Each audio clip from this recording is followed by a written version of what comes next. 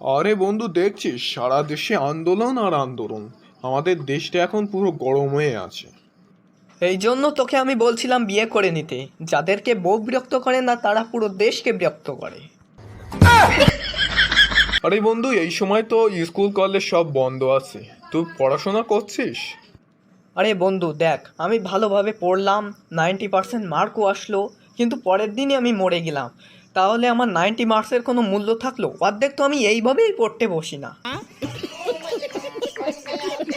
ভাই, ভাই, আপনি আমার বউকে কোথাও কোথাও দেখেছেন? কি ভাই, আপনারও বউ হারিয়ে গেছে? তা কেমন দেখতে আপনার বউ? পূর্ণিমার চাঁদের মতন গায়ের রং, আলিয়া ভাটের মতন কোমর টানা, সরু সরু চোখ এবং একটা গোলাপি ড্রেসে ছিল। তা এবার বলুন, আপনার বউকে কেমন দেখতে? আরে ছাড়েন আমার বউর কথা, চলুন আগে আপনার বউকে খুঁজি। Excuse me, waiter. হ্যাঁ স্যার, বলুন কি অর্ডার দেবেন? বলছি এখানে পিৎজার প্রাইস কত? 5 টাকা স্যার। কি 5 টাকা? আরে তুমি কি আমার সাথে মজা করছো নাকি? আগে যাও, তোমার ম্যানেজারকে একবার ডেকে নিয়ে এসো তো। ম্যানেজার এখানে নেই স্যার। কেন, কোথায় গেছে? আমার গার্লফ্রেন্ডের সাথে হোটেলে। সে কি, তোমার গার্লফ্রেন্ডের সাথে কি করছে? এটাই যেটা আমি ওনার ব্যবসার সাথে করছি। কি ধ্বংস? এই যে সুন্দরী, কোথায় যাচ্ছেন? বলছি যাচ্ছে কোথায়? আমার সাথে একটু কথা বলুন না। আমাকে ছেড়ে দিন, আমি একজন টিচার। আরে এই দিনেরই অপেক্ষায় ছিলাম আমি।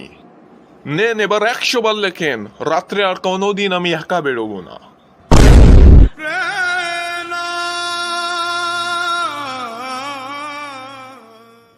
কাকু, আমার এই মিউজিক সিস্টেমটা নষ্ট হয়ে গেছে, ঠিক করে দিতে পারবেন? পারবো মানে? এটাই তো আমার কাজ, রেখে যান, আমি ঠিক করে দিচ্ছি। তার ঠিক করতে কত লাগবে? যদি আপনি কিনেছেন তার অর্ধেক দিয়ে দেবেন। ও তাই নাকি? তাহলে একটু এদিকে আসেন তো।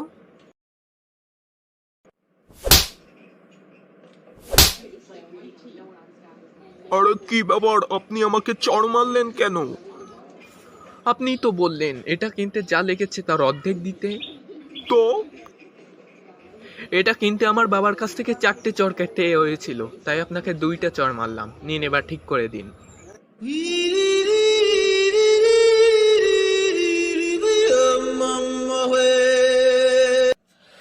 ডাক্তারবাবু, আপনি তো দেখতেই পাচ্ছেন আমার পারফেক্ট জিরো ফিগার আছে।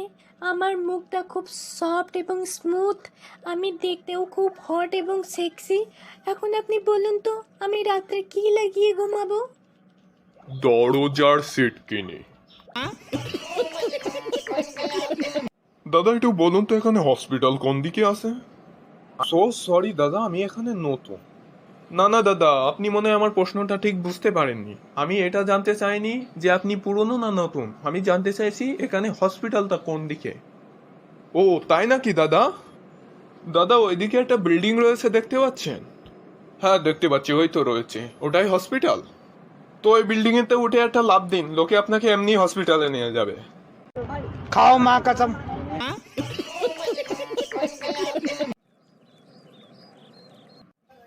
তোমাদের দুজনকে আমি অনেকদিন ধরে দেখছি মাঠে ঘুরতে আসো। তোমাদের দুজনের মধ্যে সম্পর্ক কি?